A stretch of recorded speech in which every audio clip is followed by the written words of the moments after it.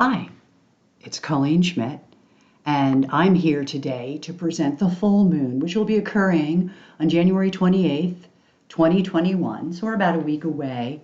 And I thought it'd be an interesting, fun project because as soon as I looked at this chart, I got all keyed up because the ascendant and the descendant are both falling in the Aries axis point. So we're going to be able to talk about it as an Aries point chart, which is really exciting.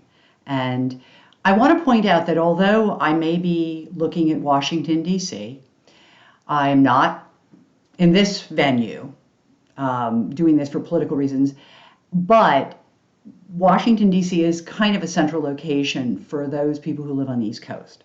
So I'm going to try to stick with the Aries point axes rather than, if I can, utilizing those angles. But I think that I will mention them because Washington, D.C. is an important subject to us all. So I am going to get into it a little bit. Just an interesting, well-rounded chart. That's what I'm going to say right off the top. So before I get to the chart, I would like to thank all of my subscribers, whether it be the newsletter, the website, or this YouTube channel. Thank you guys so much for supporting, liking, sharing, and particularly commenting on this YouTube channel. Thank you. We're a small group, but it does look like little by little we are picking up more people are showing more interest. So thank you so much. Spread the word. I really want to get it out there, particularly if somebody's interested in learning astrology, because I really am trying to look at these charts from the dynamics of somebody who's an educator. I want to educate people in astrology. So with that said, when we look at the chart, even though we're doing a predictive chart, and it is a predictive chart, we're doing it for purposes of education so that you can also look at the chart and have your own ideas about what you see. And I do love when people share those. So with that said, let's jump to the chart, okay? So let me see how this is going to work. Okay. Now, we should be looking at the Janus chart, and I have left the trans-Neptunians in. So Chiron and the trans-Neptunians are already in this chart. Actually, I lie. I do not see Chiron. So let's put Chiron in. And those people who know how to use this know what we're going to be doing. So we go to where the planets are, and it does look like I'm just missing it. Okay. Well, it should be right around Taurus. There it is. Okay, I missed it. 5 degrees of Aries, actually. I keep thinking Taurus. I knew it was on that side of the astrology. I don't even know what I'm talking about. But I want to draw your attention right as we begin to this triangle of red. Okay? Those factors in the chart are the sun and the moon because they are in opposition. But this sun is literally running with Jupiter, literally 9 degrees, 9 degrees. So we've got a 9-degree 5 full moon, okay? So that means that the moon is in Leo at 9 degrees 5 minutes, just as the sun is 9 degrees Aquarius 5 minutes. So, and you can see that right there, okay? They both will then form squares to, Uranus and Mars, okay? See that? And that's what we call a T-square. Okay, so that T-square would be that 11th house, actually, because that's where the oppositions have other squares. If you were looking at a dial, and we will be later, all of these points, particularly the Mars, the Sun, the Jupiter, the Moon, they're going to be like lumped together. Okay, so we'll get an opportunity to look at that later. But I wanted to bring your attention to, first of all, an Aries axis, because we're dealing with 0 degrees of Cancer and 0 degrees of Capricorn. And we know that 0 degrees of any cardinal sign is the Aries point. Okay? So I thought that was definitely something that excited me from the moment that I looked at it. I was real excited about that. And it makes it easier for us doing the chart because not everybody who's watching this lives in the Washington, D.C. area, and you may not even live on the East Coast. So if you go to do this chart, you may find that there's a different ascendant or a different midheaven, and I've talked about this before. But I want to look at the aspects while we're on this chart, which doesn't have as much going on. When you get to the asteroids, it's really hard to decipher these red lines and blue lines. But here, looking at this T-square, it really is, you know, when you have a full moon, it is a reflective period. It is when the moon is in like an opposite place of the sun, so it's able to look back at it. That's the idea, the reflective, to be able to look back at it. But the moon is also working with that Jupiter. So it's not only reflecting back the sun, but it's going to be reflecting back Jupiter. And the beauty is that Jupiter is a healing planet, and that a lot of people, and expansion and goodwill and optimism and one array of wonderful things, because Jupiter is considered a benefit.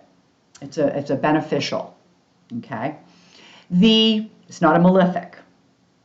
Okay, Saturn, on the other side of the sun, is telling us that this healing, this expansion, and this optimism is going to come with a degree of hard work.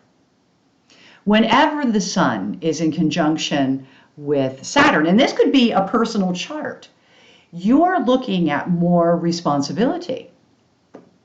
The good news is that generally, and in this case, you do have a square from that Sun to Mars, which though is not the best of energies because it can make a person restless and unpredictable and angry or frustrated, as in the case of a fixed signs, which is what both Aquarius and Taurus are. They're doers. So if you can't have a way to express that square, okay, and I can actually use my pen here. So let me pull up my pen. Okay, so I pulled it up. I didn't want to waste any time on the video on that. So what we're going to do is we're going to pull up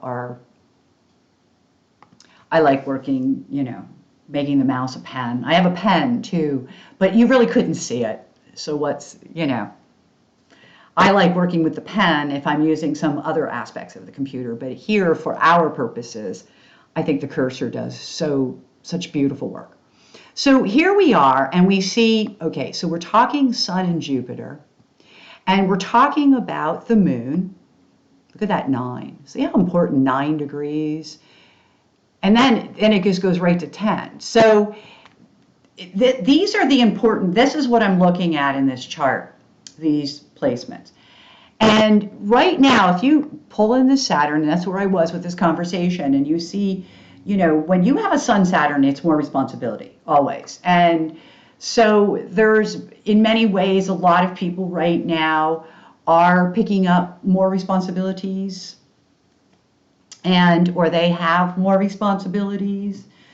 The beauty is that the Mars energy that squares it is also a very restless, unpredictable, no mind, no brain. It actually works better when it works with something like the Sun, because it's the same thing with Uranus. They're not really, you know, thoughtful type of energies. They're more impulsive, you know, erratic energies. And we do have that. And I do want to point that out, that some anger, and this is, again, personalized, because here we have the 11th house. Now, this would be this area, the area that I live in, also the DC area, the government. But if you're looking at the 11th house, you're looking at organizations. You are looking at groups of people. You're looking at, you know, they could be support groups, but that is what the 11th house represents.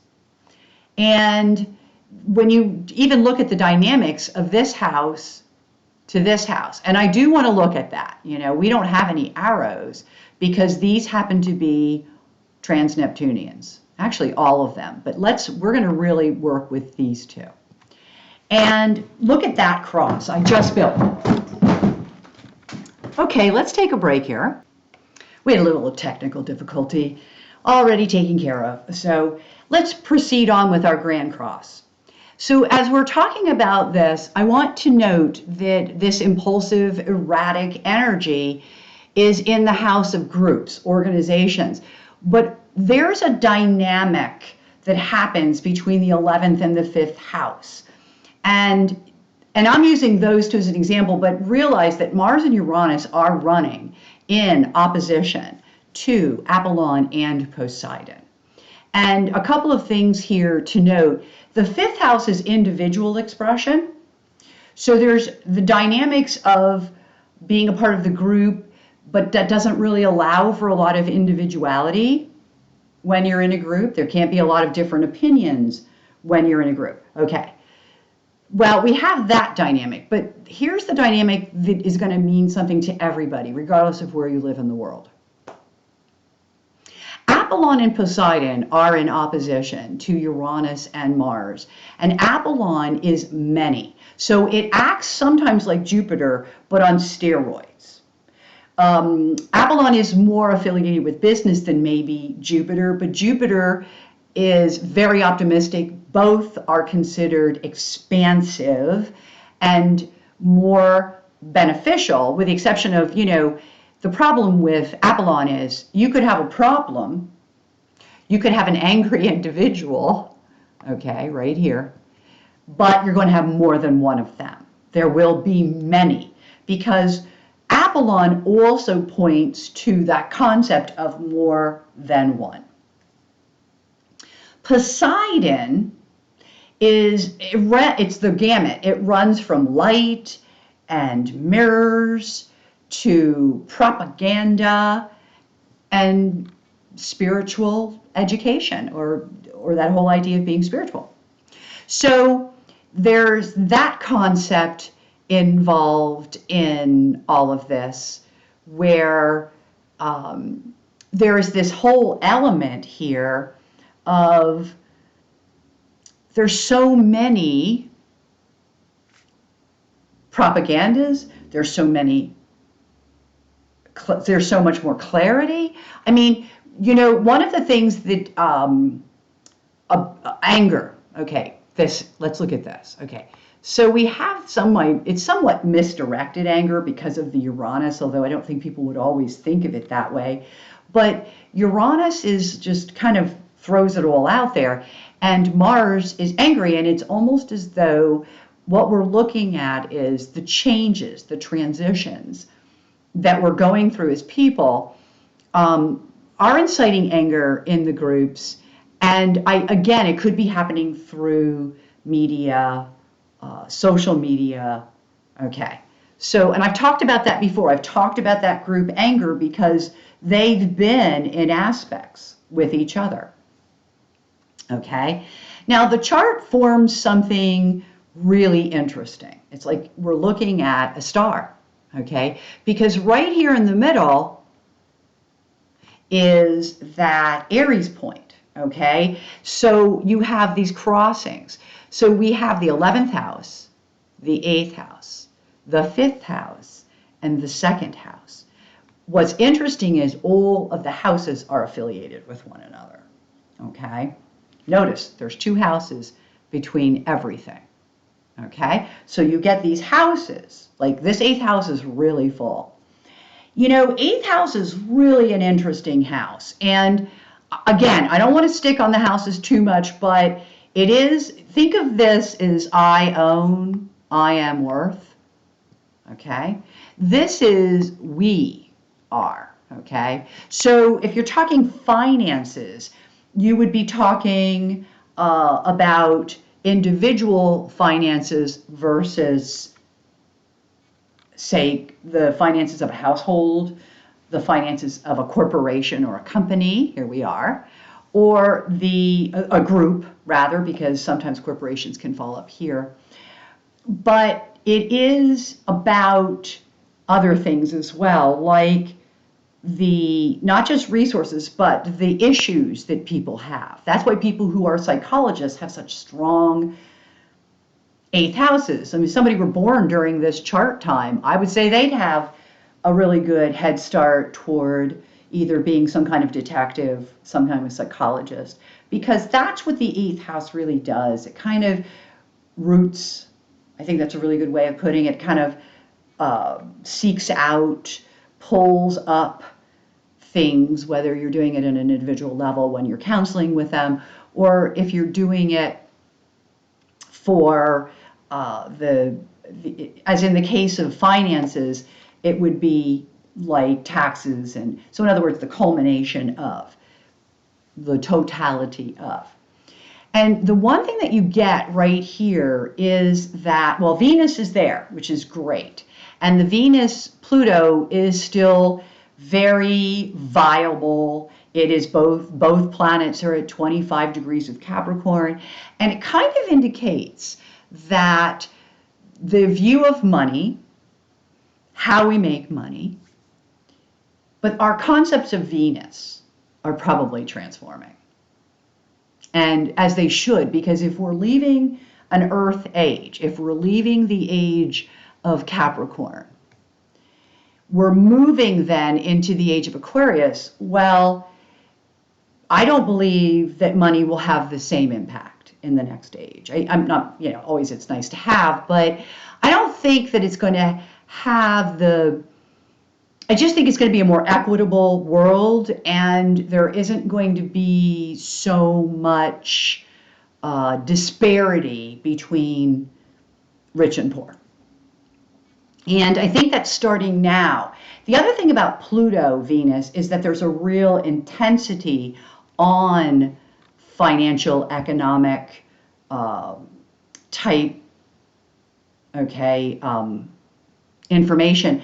It also relates to relationships. So, one of the things we want to do as we work with these charts, I want to speak for the world at large, and I think that's important because there's always a tremendous amount going on out in the world. But I also want to reflect that whatever is happening in the world is also affecting us on a personal level. It is now becoming part of our astrology.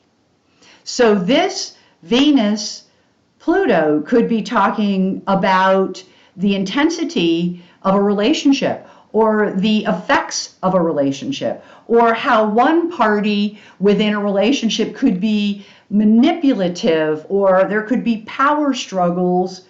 And let's be honest, in couple relationships, in our relationships with each other, finances are often the root of all evil.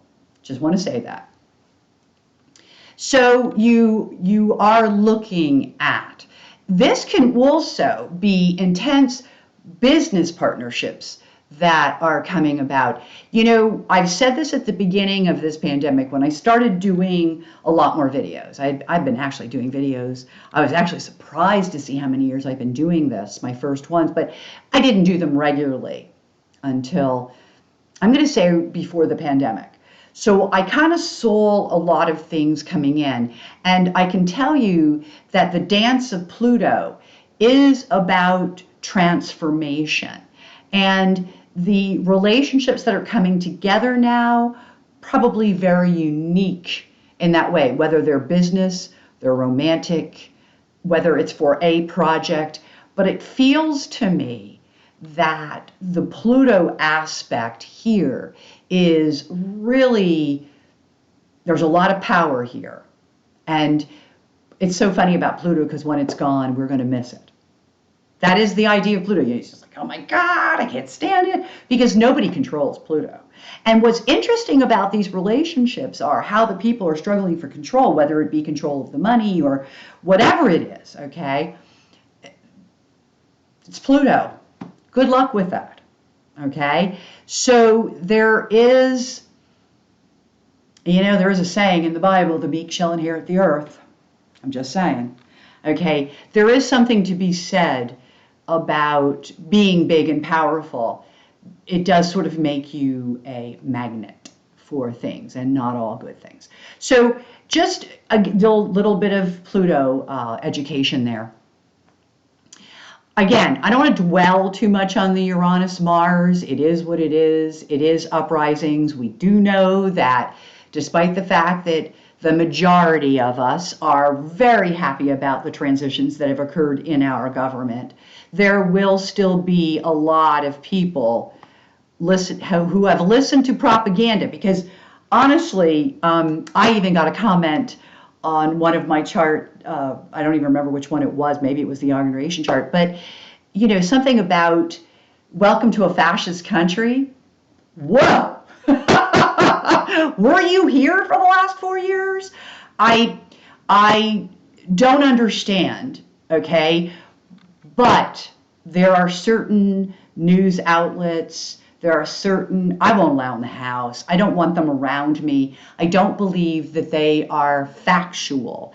And I really wish that all, and that includes social media stuff, that all information was run the same way we have to run broadcast news, which is that you've got to have your resources backed up. You've got to have, in other words, it has to be truth. And I know when things moving into Aquarius, it will be about truth. So I've never really played a whole lot on this. But I do want to point out that at 49, this is only 11 minutes outside of that Aries point, which means it also has a lot to do with that ascendant-descendant axis point. That they are all in the same, place, as is this Zeus, okay? Which, they did an astrologer, and I thought I had to smile to myself.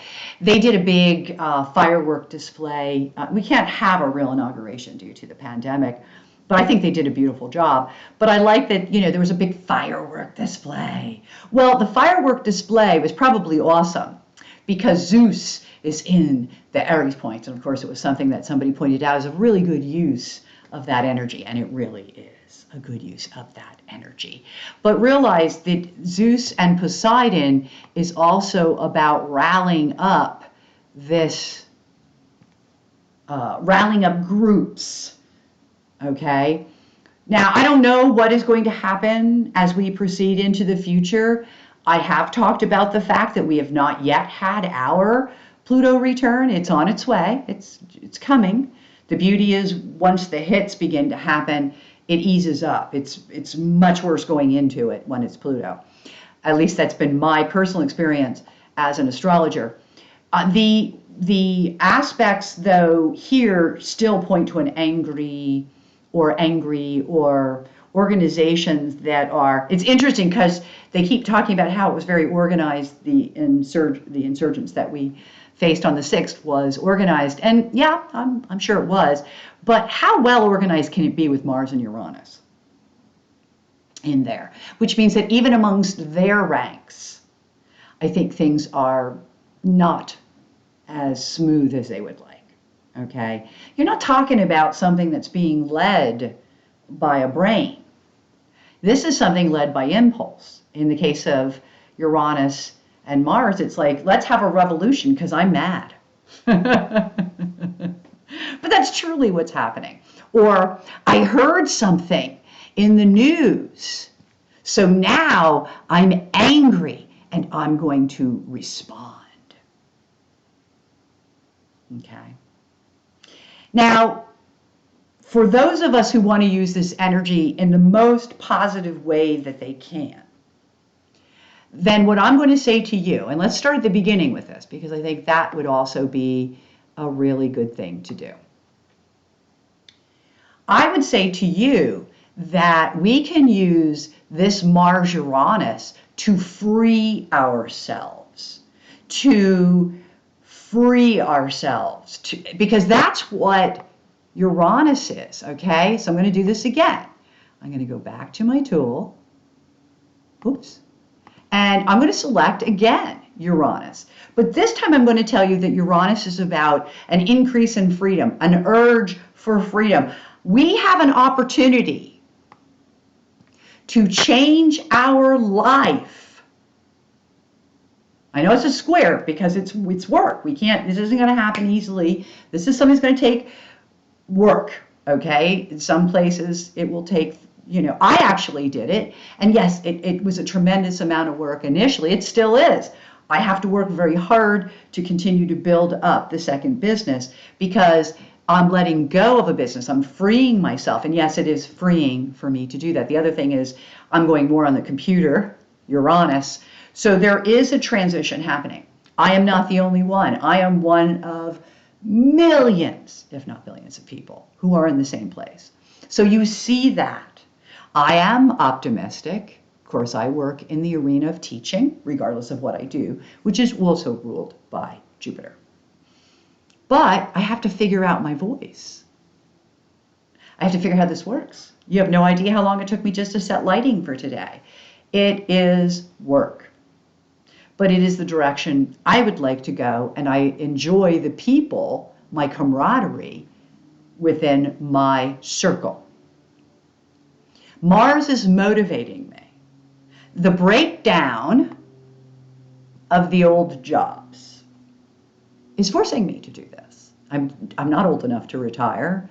I don't want to retire yet. So I have to move myself into a new way of being. That is transforming. That's Pluto. Okay? I will use this energy, and I do, as a way to enlighten myself, as a way to work on my spirit. So I spend a lot of time looking at, researching readers, psychics, light workers, people who work in my realm. That's what I seek out. That's the information I use to clarify what I'm seeing. I also use astrology, which is something, it's not Urania, but you can use Uranus as a way to enlighten me, to help me, fifth house, build a business. Okay? Ironically, Apollon and Poseidon are not in aspect. So I don't have to look at them together. They are separate. But they both help me, who lives on the East Coast, not far from DC, far enough, but not far, to the point where I can say that my business is not necessarily directly connected to what I'm studying, even though they are in the same field. Okay? Are you following me? I hope. Saturn only tells us, and here you have it, Saturn. And Saturn is in a very wide orb to that Poseidon, which could be things like limiting what you're reading. I very much limit what I put in my subconscious. I've always been like that. The Saturn Poseidon is about serious matters. So it could be enlightening about serious matters. It could be propaganda that separates. It could be. So we could take the keywords for Saturn and apply them to Poseidon. Okay? It's interesting because we got a new president and he's the oldest president. And it says that in the media. Everybody says that. That's a little bit of Saturn. Okay? And the media is letting us know. Okay? So when you look at astrology, you can't just say it's this, which is going on in the world. What's going on in your world? And the whole objective of what I have as a teacher of astrology is that I really want you to learn how to read your own astrology about yourself. I want you to look at your own chart and put it inside of or around this chart. Okay? I do it all the time. I do it even when I'm doing client charts. So it's really something that is worth checking out. It's worth looking at. So a couple other things I just want to address here. Ironically, Zeus, which is, this excited populace, is running a beautiful trine, only about 4 degrees, with Mercury that's up there in the ninth. Mercury is about changing attitudes. It's about education so that you can change. And Mercury is communication in general. So Zeus could be anything from the amount of excitement that people felt about watching the inauguration, because remember, this is taking place in DC, to, because it's the information they're being communicated, to this whole idea of a changing in politics. Mercury, ninth house politics. The Mercury is in trine, though, to that 9-degree Hades, out of sign. I'm sorry, it's not Hades. I'm looking and going, that's out of sign. Yeah, no, it's the ascendant. I'm sorry. There is a strange, because Hades is here, okay, at 9 degrees. So we don't want to look at Hades. I don't know why I did that. Let's put this on so I don't do that. Okay, so we see this Hades also at 9 degrees, okay? And remember all those things at 9 and 10 degrees, all those things, 9 and 10 degrees. Even though this is not a fixed sign like Mars and Jupiter and the sun and the moon, they're all fixed. This is a cardinal sign. This is not a fixed sign. But in astrology, we have what's called a golden triangle. And a golden triangle allows us to use everything that is in that 9 to 10 degree mark, okay? Because they form a triangle in the dial even. And the 9 degrees of Hades is running with Mars, it's running with sun and moon, and Hades is the disease that we're dealing with. And is it any surprise that the new government is really focusing on that disease and the restrictions that that disease is causing us? The beauty is that we do have Jupiter here, which means that ultimately we must be doing something better. And it could be the vaccinations, okay, that people are getting vaccinated. The idea here, though, is, and there is a sextile here, so these guys do have some real conversation, okay? But Hades is also people who do bad things. And, you know, it's running with Chronos. So either we're dealing a lot with doctors, which I do believe we really are. But, you know, the other thing that we're going to be dealing with, and it really is right off the ascendant of this chart, is an impeachment of a president. Not the one that's in, but the one that just left. And that is going to happen. And it's interesting because I believe that these are trine, okay?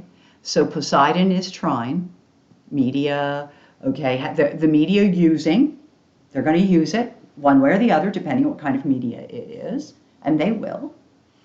And and look at this, I mean, especially to this Chronos, because now we're only 2 degrees, see?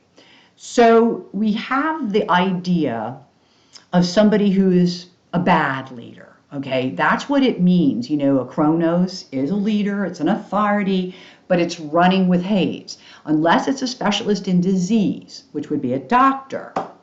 And I do think we are going to hear about a lot from doctors. I really think they're going to go for this COVID thing. They're hitting the ground running, and I do believe that they are making headway. So I don't want to rule that out.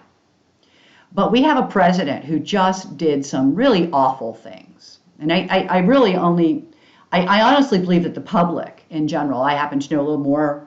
I have a very strong 9th house, that's all I'm going to say. So I do study politics. I don't do politics. I do astrology. But I can tell you that I believe that they are going to pull up an impeachment trial. This is a bad character, and ultimately we're all going to know that because of the trine to the media. I think the media is going to make sure that we know it. That's why you don't want to make enemies of the media. especially not the media that goes by fact, okay? They can fact right to, they can fact check you, and they can do their homework and research and find out more facts. So it's really not a good idea to get on the bad side of somebody who is in the press. Really awesome stuff, though, in this. Now, I'm going to move, because I always spend the most time on this chart because it is the easiest for us to work with.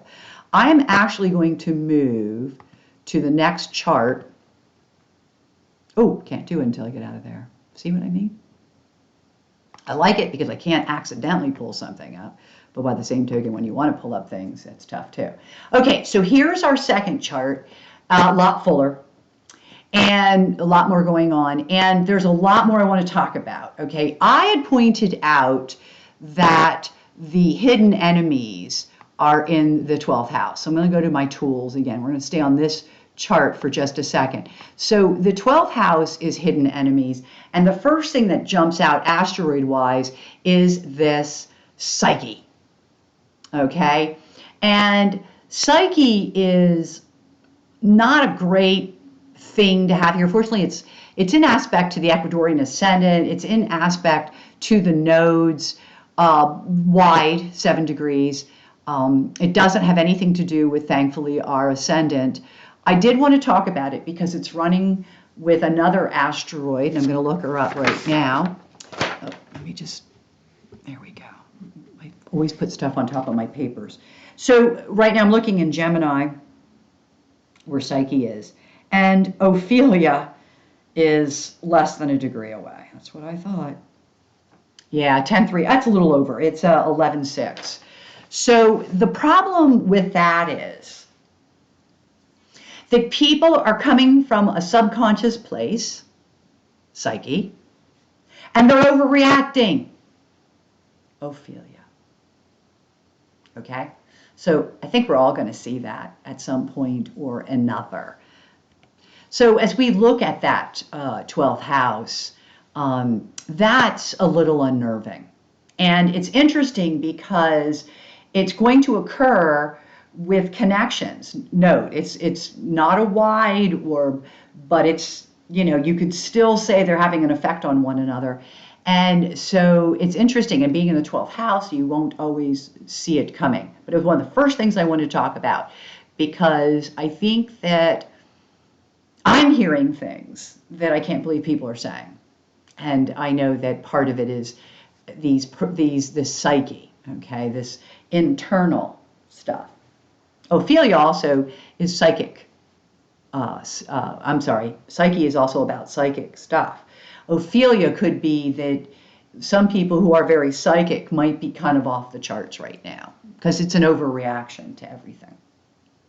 Now, in this chart, we're looking at a 0 degree 39, which is the Aries point, which means I can freely talk about things like Hades or Hopi or Hera. So I'm right here, just in case you want to follow me. Okay, I'm right here. So these things can be talked about. Now, just to point this out, there's a couple other asteroids here that play into this. The first thing I want to point out is everything is retrograde.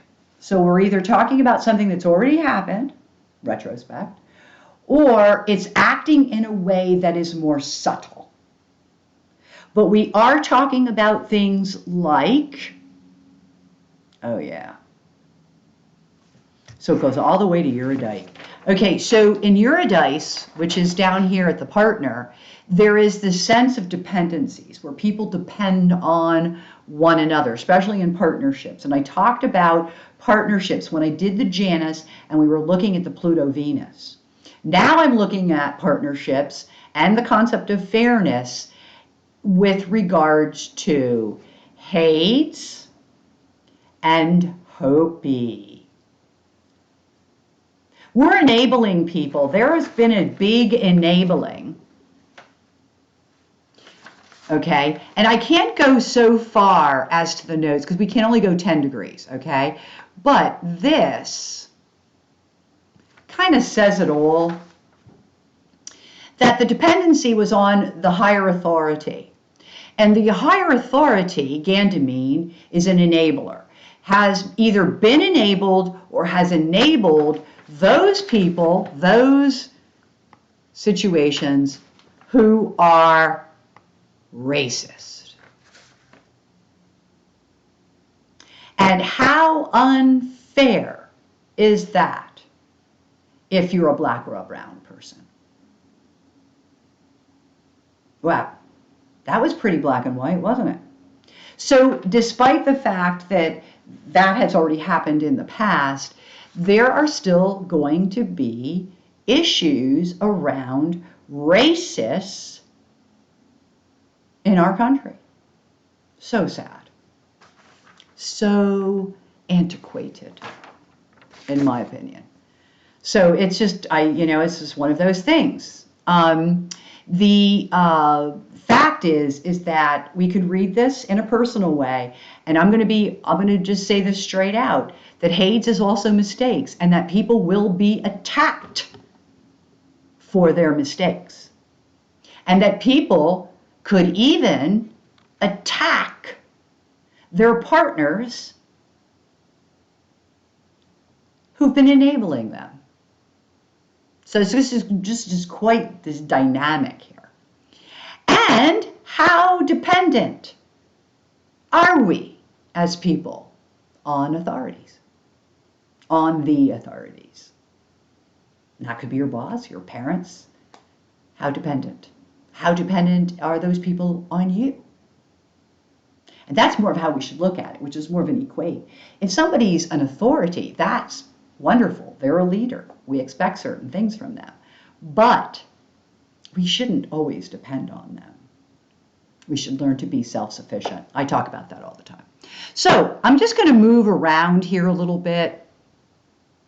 We have not a lot going on in the IC, which is interesting because I think that our directions for everybody right now are in the outer world. So that would be this, okay, where we're all pretty much focused on not so much what's going on in our own lives, but what's going on out there, probably because we are in a pandemic and because other than maybe making our houses look better, we're not really, and dealing with our families, we're pretty much stuck.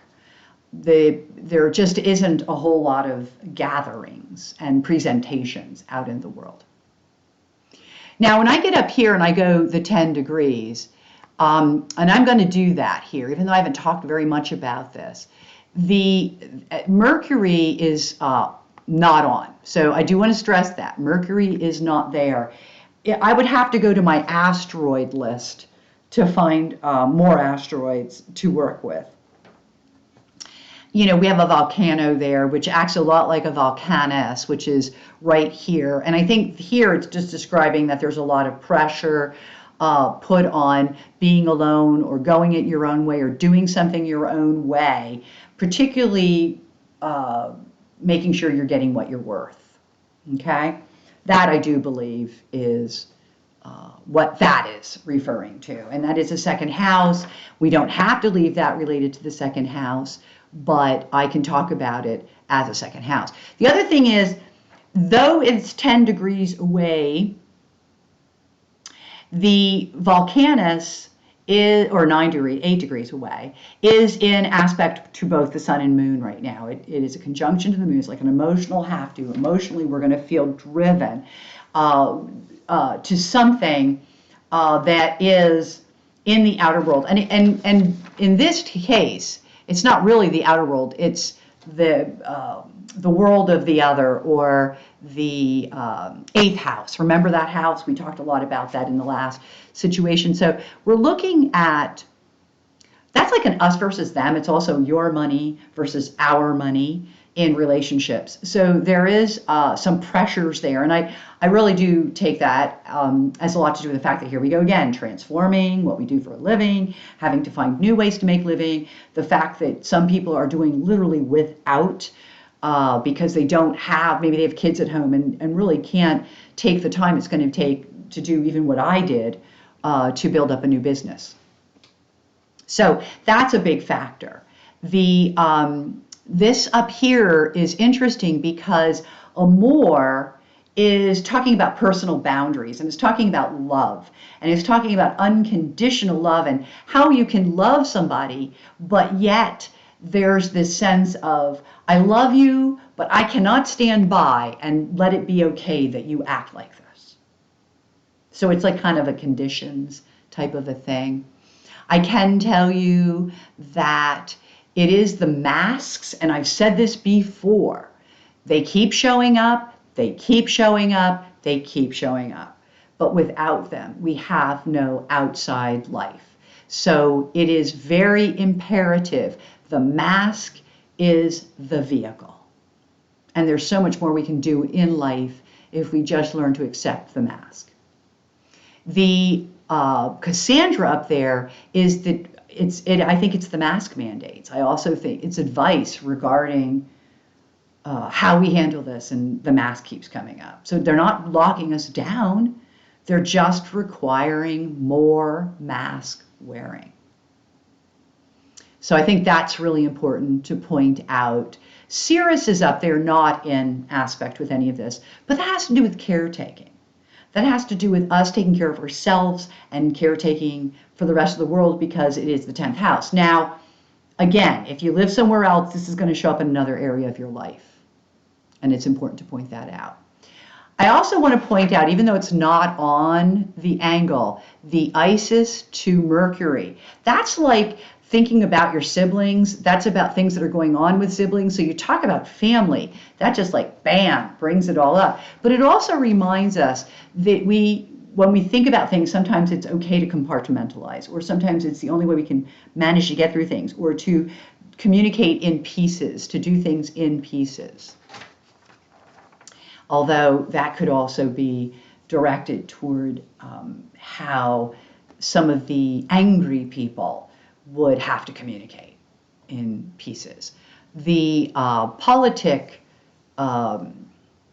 asteroid is in the 9th house, and it is really highlighted the idea of, again, Mercury. So it's interesting how that looks in here, because it's all in Aquarius, so it just makes me wonder how that's really going to go, because it could be more unity speak, which is really good, I think.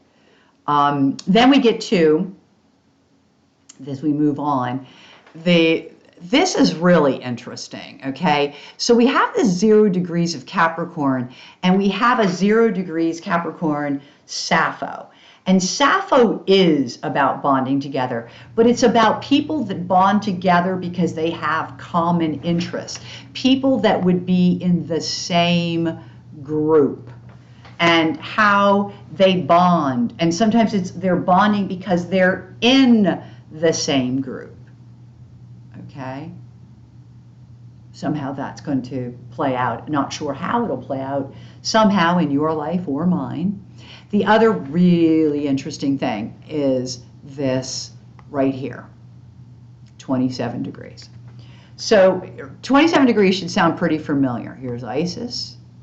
Look at Mercury. Okay, this is important, even though they're sextiles. Remember, I look for degrees that are very close to each other because they are conversing. So you have this enabling, okay? You know, this is being hounded. And it's like there's a hounding, or if you will, a hunt, okay? But there's enabling going on with that. And we're not quite sure it's going to play out because it's a full moon, it hasn't happened yet. But what an interesting configuration falling on the descendant. So I'm actually looking to Washington because I want to see that.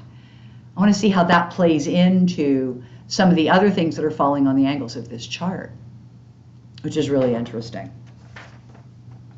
I'm just going to leave you with this, that there, as much as I hate to say this, we are, because Dolores, that's the name of a asteroid, is down here.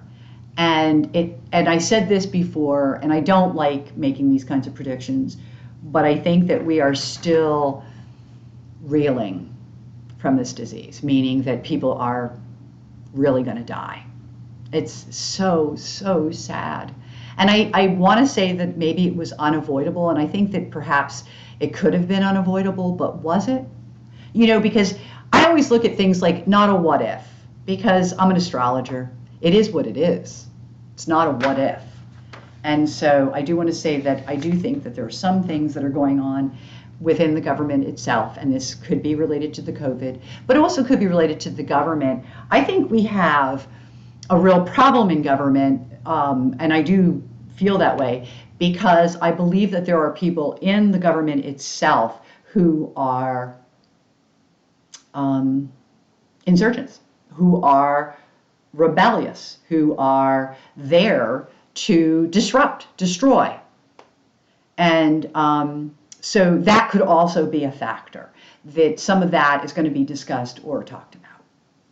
Now, the last thing I want to do, and I want to get there because it seems like I just get longer and longer and longer on these things, is to go right to that dial where the first thing you see is anger.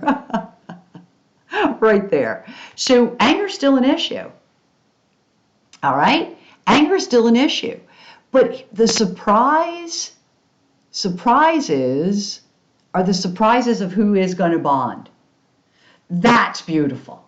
What a surprise. They're teaming up. What a surprise. So that's really wonderful.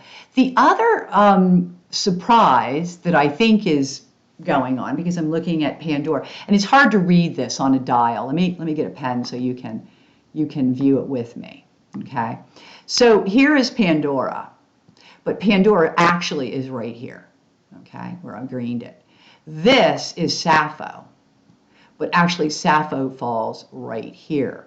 So you can see that they are forming a midpoint to that Aries. Okay?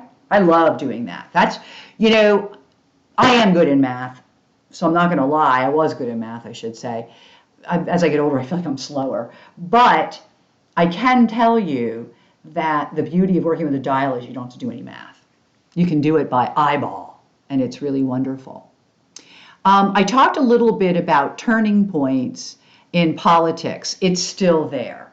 So, anybody who might want to check that out, that's the Chiron, which is representing of a turning point. Chiron's funny because it's also about exceptions to rules and how people are special, so they don't have to follow the rules, or they don't have to be treated the same way. And really, the politicians that are pulling the old let's not impeach because it's going to separate the country, like you could divide this country anymore. No, accountability is necessary to healing. It is. I've lived long enough to say that's really true. The politics over here, see how they form the same thing.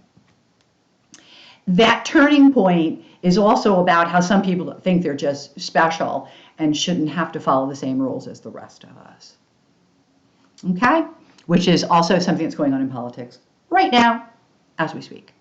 So that was something I wanted to point out. I always like to look at the 2230. There, of course, we have our health issue as well as Zeus. So there's still a lot of issue with this. People are excited about this disease, but I really think that is the vaccination. Okay, I did not do the vaccination asteroids this time. I should have. I just didn't incorporate it, and I realize how long this is, so I'm not going to be able to get to it. But I also want to point out something here. See the black moon Lilith? See the black moon Lilith?